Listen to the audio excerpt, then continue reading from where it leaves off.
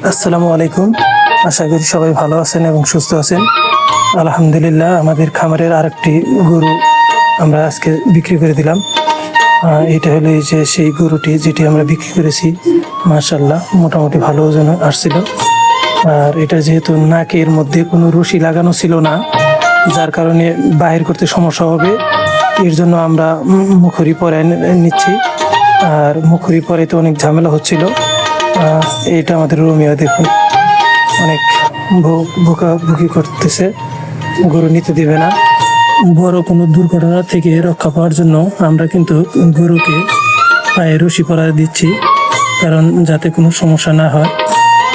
মনে রাখবেন একটা কথা, আমার খামারটা কিন্তু একটা ছোট খামার।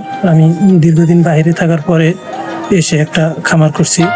আলহামদুলিল্লাহ, মোটামুটি এখন ভালোই চলতেছে। তবে একটা কথা মনে রাখবেন, খামার করার চেয়ে খামার টিকিয়ে রাখাটাই কঠিন।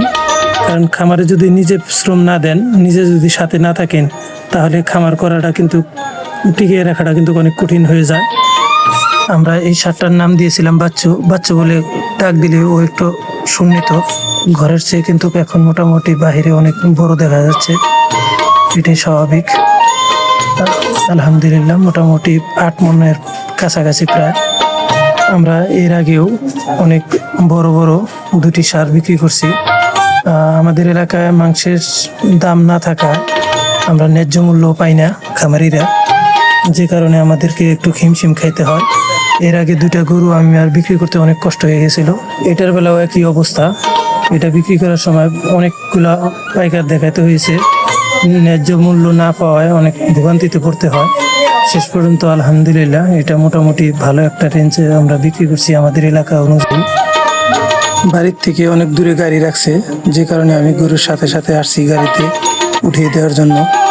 আর এটাকে বিদায় দিতে আমার অনেক কষ্ট হয়েছে, কারণ এটাকে আমি নিজ হাতে খাবার খাওয়াইছি।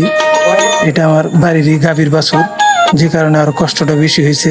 অনেকেই হয়তো জানতে চাইবেন এই গরুটি কত টাকা বিক্রি করলাম। এই গরুটি আমি 1,70,000 টাকা বিক্রি করছি।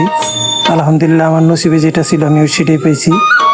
সবাই ভালো থাকবেন, সুস্থ থাকবেন, আমাদের পেজটাকে ফলো দিয়ে পাশে থাকবেন। আল্লাহ হাফেজ, বাই বাই।